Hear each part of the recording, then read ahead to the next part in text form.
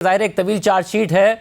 General फैज़ हमीद अपने खिलाफ chargesheet को डिनाई नहीं कर रहे हैं, मगर वो कह रहे हैं कि बतौर मेजर जनरल या बाद में जो भी काम किए वो आर्मी चीफ के कहने पर ही हो सकते हैं। तो फिर किस तरीके से आगे बढ़ेंगे? क्या हुकूमत खुद GHQ से कहेगी या बस ऐसे ही इंटरव्यूज में दरख्वास्त की जाएगी?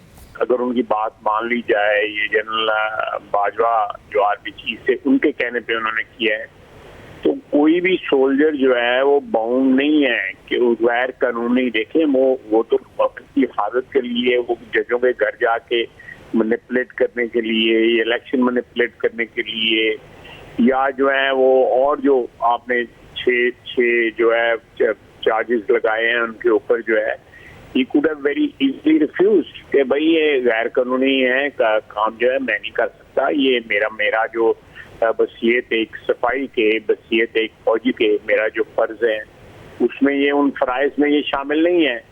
उन्होंने नहीं किया तो इसका मतलब है कि वो विलिंगली अकॉम्प्लिस बने ना, तो फिर तो रिस्पॉन्सिबिलिटी भी आती है, फिर तो जिम्मेदारी भी आती है। तो मैं समझता हूँ कि ये तो वक्त बताएगा अगर इन्वेस्टिगेशन होती है। मैं बिल्कुल इस बात की तायीद करता हूँ कि हमारी तारीख में बहुत से ट्रेजेडीज हुई हैं, बहुत से हादसा हुए हैं, लेकिन किस्मती है। और मैं समझता हूँ कि इसमें हम लोग सियासतदान भी उसके एक्यूज्ड हैं, भी उसके रिस्पॉन्सिबल हैं कि हमने उन चीज़ों को नहीं किया, उनकी अकाउंटेबिलिटी नहीं की। आप कारगिल देख लें, हमने बच्चों की जो है मैयतें जो हैं उनकी जो है ना क्लेम की, सिर्फ इसलिए कि हम उसकी रिस्पॉन्सिबिलिटी नहीं देना चाहते थे उस हादसे की, उस ट्रेजेडी की जो कारगिल पे हुई। उससे पहले जो हादसे हुए 1971 का हादसा हुआ, उसमें सियासतदानों की क्या रिस्पॉन्सिबिलिटी थी, उसमें फौजी उस वक्त की जो किरदार थे उनकी क्या रिस्पॉन्सिबिलिटी थी। जब तक ये सारी की सारी तारीख के जो हादसे हैं इनकी अकाउंटेबिलिटी नहीं होगी, हमारी सिमत नहीं दुरुस्त होगी।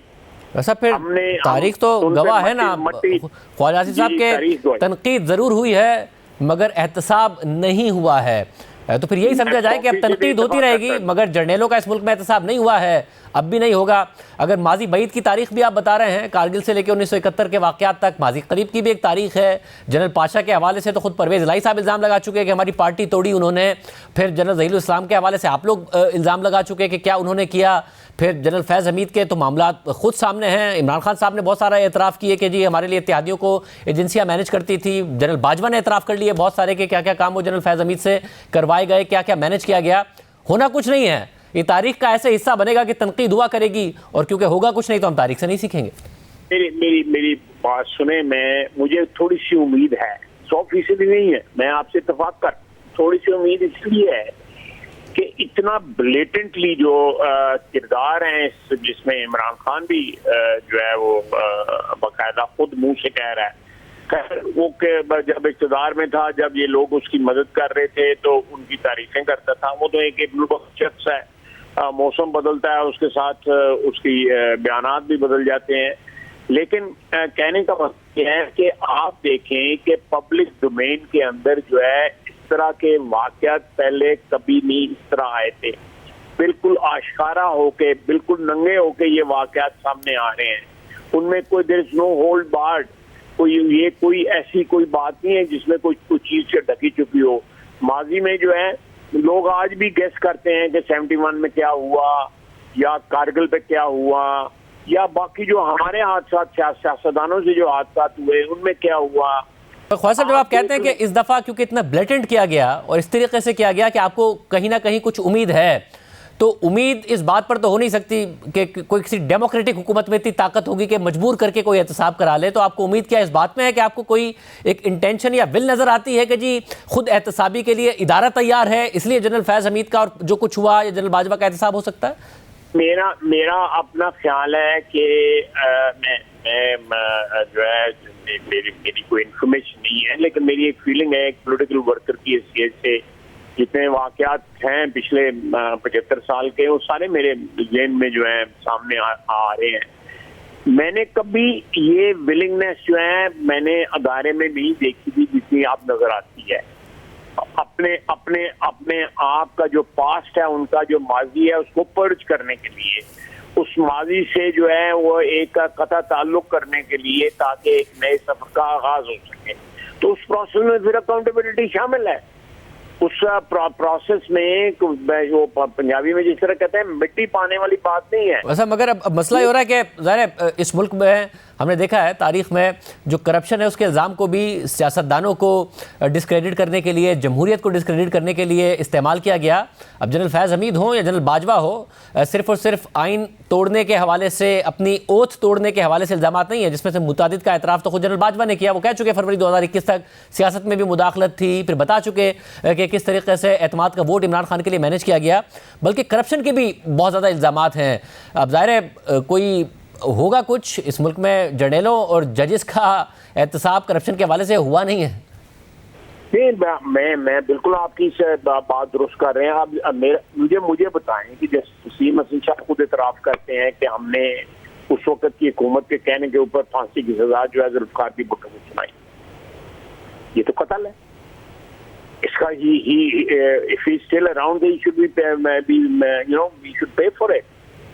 एक सियासतदानों को उन्होंने फांसी में चढ़ा दिया। मैं पीपल्स पार्टी के साथ उस वक्त इख्तिलाफात थे हमारे, शदीद इख्तिलाफात थे हमारे, लेकिन हम कभी सियासतदान कभी सोच भी नहीं सकता किसी और सियासतदान को फांसी के कैद में डालते हैं, मुकदमे बनाते हैं, इल्जाम लगाते हैं। लेकिन पाकिस्तान के अंदर ये जो हादसा हुआ है उसको भी तो किसी को अनडू करना चाहिए। इसमें दहशतगर्दी जो इस मुल्क में लाई गई, हमारे घर के अंदर, हमारे सेन के अंदर जो लाई गई 1980 की दहाई के अंदर, and later on general Musharraf के वक्त जो है हम खुद लेके आए इस मुसीबत को, उसका भी तो कोई जवाब देना। तो कौन जनरल जाने के क्या किया। तो जब आप कहते हैं कि जवाब मिलना चाहिए, एहतसाब होना चाहिए, जब आप लफ्ज़ चाहिए इस्तेमाल करें और ज़ाहिर हुकूमत में होते हुए करें, तो इसका मतलब यही है ना कि हुकूमत माजी की हुकूमतों की तरह है बेबस।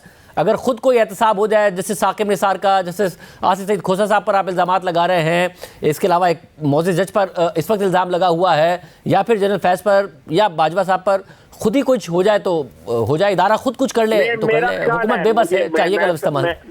मैं समझता हूँ कि हालात एक ऐसे उसके ऊपर प्रेसिपिटेट इस तरह हो गए हैं कि मेरा ख्याल है कि किसी किस्म की या किसी तरह की या किसी शेप में अकाउंटेबिलिटी जो है अनअवॉइडेबल हो गई हुई है। सियासतदान जो है, हम लोग उस पर जो है ज़रा टाल मटोल करें, तामुल करें, उसके बावजूद जो है ना मेरा ख्याल है, और इसमें बहुत हाथ जो है ना वो मीडिया का है। मैं समझता हूँ, मैं आपके मुंह पे तारीफ नहीं कर रहा, लेकिन आपने भी इसमें बहुत बड़ा रोल प्ले किया है। पिछले 4 सालों के अंदर जो है बेलाग किस्म की जो अकाउंटेबिलिटी मीडिया पे हुई है, मीडिया ने गलत भी की है। मैं बिल्कुल मीडिया कौन सा कोई मेरा मतलब है पाक दामन है, लेकिन मैं मीडिया में जितनी आवाज़ें जो है रोबस्ट आवाज़ें जो है, मजबूत आवाज़ें जो है, उसमें आप भी शामिल हैं और भी बहुत से दोस्त भाई शामिल हैं, उठी हैं, वो भी जो एक अकाउंटेबिलिटी का ट्रिगर कर रही है ना।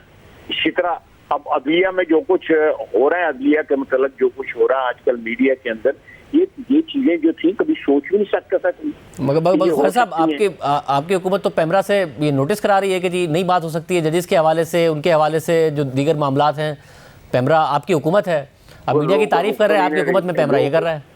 नहीं, रोक तो नहीं ना। ये चीज जो है मैं यही पॉइंट आउट करने की कोशिश कर रहा हूँ कि इसके आगे अगर हम बंद बांध भी रहे हैं तो बंद जो है वो तो क्या कहते हैं, वो कोई उस बंद को या उस प्रोसेस को जो स्टार्ट हो चुका हुआ है, जो हमने स्टार्ट नहीं किया, जो आपने स्टार्ट नहीं किया या किसी ने स्टार्ट नहीं, थोड़ा हिस्सा सबने डाला है, लेकिन मैं समझता हूँ कि ये एक फितरी अमल है, कुदरत की तरफ से एक स्टार्ट हो गया और हो सकता है हमारी इसी में निजात हो। बहुत शुक्रिया ख्वाजा साहब की गुफ्तगू आपने सुनी। वो कह रहे हैं कि इस दफ़ा उम्मीद है जिस तरीके से पामाली हुई है आइन की और क़ानून की के एहतसाब की, वो उम्मीद रखते हैं। देखते हैं कि ऐसा होगा या नहीं होगा।